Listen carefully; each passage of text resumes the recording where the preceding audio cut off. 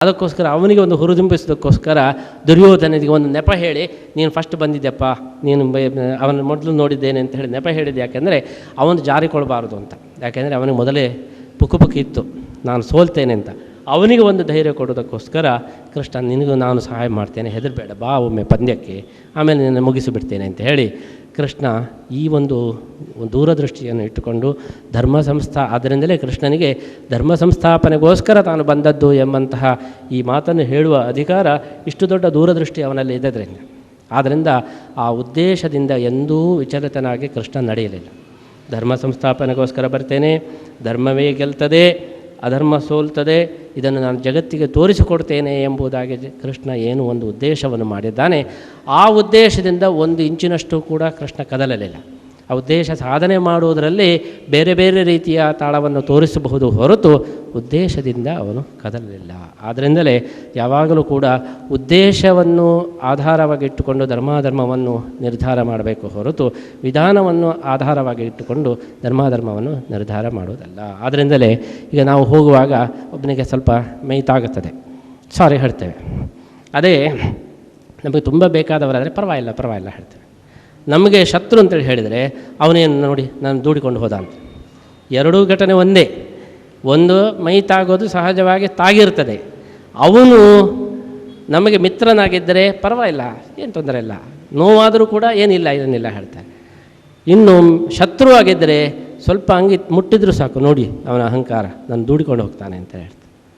ಕ್ರಿಯೆ ಒಂದೇ, ಅದರ ಒಂದು ಭಾವ ಏನಿದೆ, ಆ ಭಾವದ ಹಿನ್ನೆಲೆಯಲ್ಲಿ ಆ ಕ್ರಿಯೆಯ ಮೌಲ್ಯದಲ್ಲಿ ವ್ಯತ್ಯಾಸ ಆಗ್ತದೆ. ಹಾಗೆಯೇ ಕೃಷ್ಣ ಆ ಉದ್ದೇಶ ಏನಿದೆ, ಆ ಉದ್ದೇಶವನ್ನು ಇಟ್ಟುಕೊಂಡು ಅದರಿಂದ ಎಂದೂ ವಿಚಲಿತನಾಗಲಿಲ್ಲ. ಅದಕ್ಕೆ ಅನುಗುಣವಾಗಿ ಅವನು ತನ್ನ ಎಲ್ಲ ಕ್ರಿಯೆಯನ್ನು ಪೂರ್ಣಿಸಿಕೊಂಡ.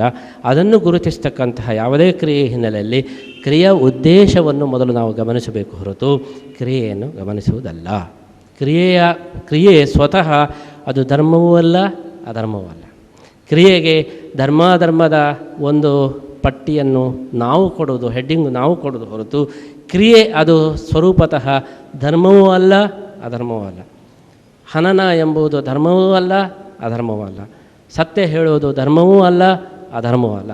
ಪ್ರತಿಯೊಂದು ಕೂಡ ಅದರ ಅಂತಿಮ ಉದ್ದೇಶವನ್ನು ಅವಲಂಬಿಸಿಕೊಂಡು ಇದೆ ಎಂಬಂತಹ ಈ ಉದಾತ್ತವಾದಂತಹ ಧ್ಯೇಯವನ್ನು ಕೃಷ್ಣ ತೋರಿಸಿದ್ದಾನೆ. ಇದನ್ನೇ ಇಟ್ಟುಕೊಂಡು ಧರ್ಮೋಭವತಿ ಅಧರ್ಮೋಪಿ, ಅಧರ್ಮದ ಹಾಗೆ ಕಾಣ್ತಾ ಇದ್ದದ್ದು ಧರ್ಮವಾಗ್ತದೆ. ಕೃಷ್ಣ ಸುಳ್ಳು ಹೇಳಿದ್ದು ಅಧರ್ಮ ಅಂಥೇಳಿ ಕಂಡರೂ ಕೂಡ ಧರ್ಮೋಭವತಿ. ಪಾಪಂ ಭವತಿ ಧರ್ಮೋಪಿ, ಧರ್ಮರಾಜ ದುರ್ಯೋಧನ ದೊಡ್ಡ ಯಾಗ ಮಾಡ್ತಾನೆ, ಆದರೆ ಅದರ ಉದ್ದೇಶ ಏನು ಹೇಳಿದರೆ ದೇವತಾ ಪ್ರೀತಿಯಲ್ಲ, ಮತ್ತು ಅದರ ಉದ್ದೇಶ ಏನು ಹೇಳಿದರೆ ತನ್ನ ಡಂಬವನ್ನು, ಅಹಂಕಾರವನ್ನು ವ್ಯಕ್ತಪಡಿಸುವುದು. ಪಾಪಂ ಭವತಿ ಧರ್ಮೋಪಿ. ಆದ್ದರಿಂದ ಈ ದೃಷ್ಟಿಯಲ್ಲಿ ನೋಡಿದಾಗ ಉದ್ದೇಶ ಪ್ರಧಾನವಾದಂತಹ, ಪರಿಣಾಮ ಪ್ರಸಾದನವಾದಂತಹ, ಫಲಮುಖಿಯಾದಂತಹ ಒಂದು ಕ್ರಿಯೆ ಏನಿದೆ ಅದನ್ನು ನಾವು ಇಟ್ಟುಕೊಂಡು ಧರ್ಮಾಧರ್ಮವನ್ನು ನಾವು ನಿರ್ಧಾರ ಮಾಡಬೇಕು.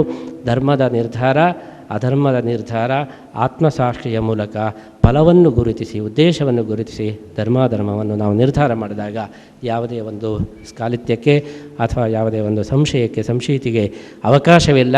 ಆದ್ದರಿಂದ ಗೀತೆಯಲ್ಲಿ ಕೃಷ್ಣ ನಿರೂಪಿಸಿದಂತಹ ಪಚೇತ್ ಸುಧರಾಚಾರ ಭಜತೆ ಮಾಮನನ್ಯ ಭಾಗ್ ಸಾಧುರೇವ ಸಮಂತವ್ಯ ಅಂತೇಳಿ ಹೇಳಿದರೆ, ಹಿಂದೆ ದುರಾಚಾರಿಯಾಗಿದ್ದು ಈಗ ಪಶ್ಚಾತ್ತಾಪಪಟ್ಟು ಮತ್ತೆ ಅವನು ಅದನ್ನು ಸರಿ ಮಾಡಿಕೊಂಡ ಹೇಳಿದರೆ ಅವನನ್ನು ಸಾಧು ಅಂತೇಳಿ ಪರಿಗಣನೆ ಮಾಡ್ಬೋದು ಎಂಬುದರಲ್ಲಿ ಯಾವುದೇ ಒಂದು ತೊಡಕನ್ನು ನಾವು ಎದುರಿಸಲಿಕ್ಕೆ ಸಾಧ್ಯವಿಲ್ಲ.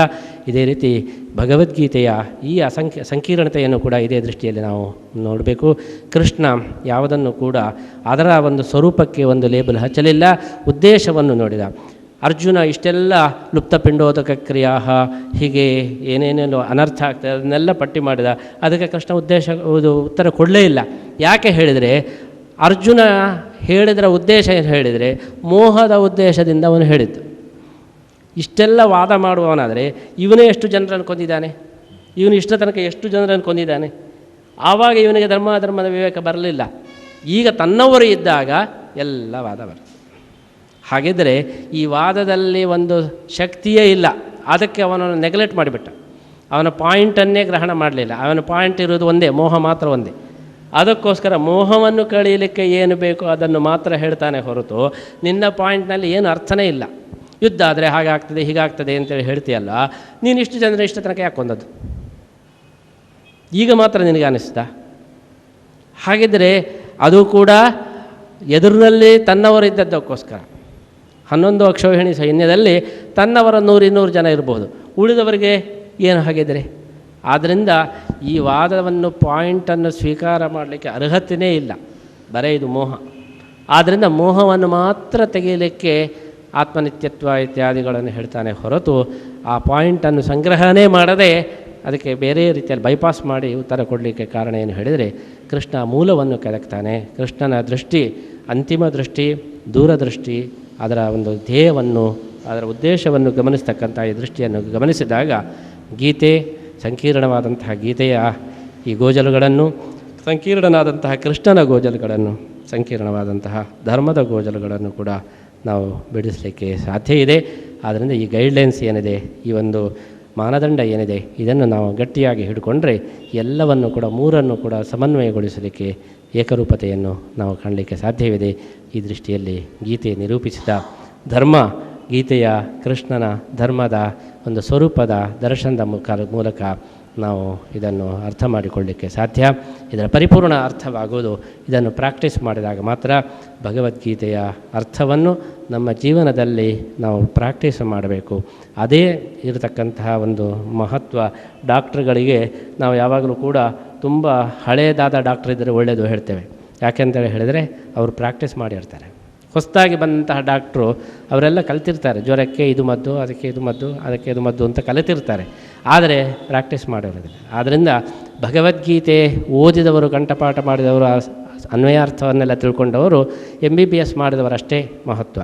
ಅದನ್ನು ಪ್ರಾಕ್ಟೀಸ್ ಮಾಡಿದವರು ಅದು ನಿಜವಾದಂತಹ ಗೀತೆಯನ್ನು ಜೀವನದಲ್ಲಿ ಅಳವಡಿಸಿಕೊಂಡವರು. ಆದ್ದರಿಂದ ಗೀತೆಯ ಮಹತ್ವ ಗೊತ್ತಾಗೋದು ಅದರ ಪ್ರಾಕ್ಟೀಸ್ ಮಾಡಿದಾಗ ಮಾತ್ರ ಹೊರತು ಬರೀ ಅನ್ವಯಾರ್ಥವನ್ನು ತಿಳ್ಕೊಂಡಾಗ ಅಲ್ಲ. ಈ ದೃಷ್ಟಿಯಲ್ಲಿ ಭಗವದ್ಗೀತೆಯನ್ನು ಜೀವನದಲ್ಲಿ ಪ್ರಾಕ್ಟೀಸ್ ಮಾಡ್ತಕ್ಕಂತಹ, ಕೃಷ್ಣನನ್ನು ನಾವು ಚಿಂತನೆ ಮಾಡ್ತಕ್ಕಂತಹ, ಧರ್ಮದ ಬಗ್ಗೆ ಇನ್ನಷ್ಟು ಪ್ರಾಕ್ಟೀಸ್ ಮಾಡ್ತಕ್ಕಂತಹ ಪ್ರಯತ್ನವನ್ನು ಮಾಡಿದಾಗ ಆವಾಗಲೇ ನಮಗೆ ಇದರ ನಿಜ ಸ್ವರೂಪ, ಸ್ವಸ್ವರೂಪ ದರ್ಶನ ಆಗಲಿಕ್ಕೆ ಸಾಧ್ಯ ಅಂತೇಳಿ ಹೇಳ್ತಾ ನಾವು ಈ ಪ್ರವಚನವನ್ನು ಮುಗಿಸ್ತಾ ಇದ್ದೀವಿ. ಆಗುವಂತೆ ಇಲ್ಲಿ ಬಿಂಬಿಸಿದ್ದಾರೆ. ಮಹಾಭಾರತ, ಭಗವದ್ಗೀತೆ, ರಾಮಾಯಣ ಎಲ್ಲ ಇದರಲ್ಲಿ ಬರತಕ್ಕಂತಹ ಮುಖ್ಯಾಂಶಗಳನ್ನೆಲ್ಲ ಚೆನ್ನಾಗಿ ಮರದಟ್ಟಾಗುವಂತೆ ತಿಳಿಸಿದ್ದಾರೆ. ಒಂದೊಮ್ಮೆ ಮೊದಲು ಭಾಷಣ ಆರಂಭವಾಗುವಾಗ ಏನೋ ಪೂರ್ತಿಯಾಗಿ ಒಂದು ನಾಸ್ತಿಕವಾದದಂತೆ ಶ್ರೀಪಾದರು ಭಾಷಣವನ್ನು ಆರಂಭಿಸಿದರೂ ಕೂಡ ಮತ್ತೆ ಆ ಎಲ್ಲ ಮೊದಲು ಹೇಳಿದಂಥ ಎಲ್ಲ ಪ್ರಶ್ನೆಗಳಿಗೆ ಅವರು ತಮ್ಮ ಭಾಷಣದಲ್ಲಿ ಉತ್ತರವನ್ನು ನೀಡಿದ್ದಾರೆ. ಅದರಿಂದಾಗಿ ನಮಗಿದು ಪ್ರಶ್ನೋತ್ತರ ರೂಪದ ಕಾರ್ಯಕ್ರಮ, ಅದು ಶ್ರೀಪಾದರೇ ಆ ಉಪನ್ಯಾಸದಲ್ಲಿ ಆ ರೀತಿ ನಡೆಸಿಕೊಟ್ಟು ಒಂದು ತುಂಬ